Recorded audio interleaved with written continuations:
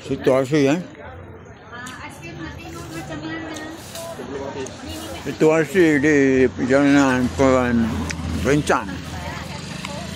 Singgah di tempat menjual bunga-bunga buah-buahan.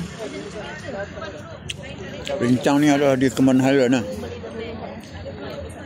Cantik orang ke sana. Tuan-tuan dan puan yang boleh datang ke Berencang.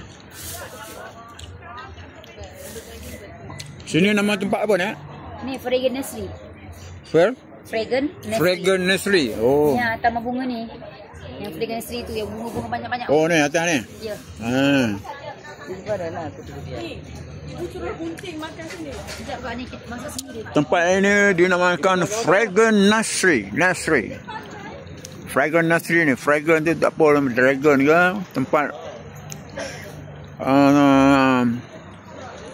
taman menanam strawberry ya. Jadi inilah kawasan yang menarik di sini ya. Fragrant Nursery nama dia. Jadi banyak nursery yang menarik.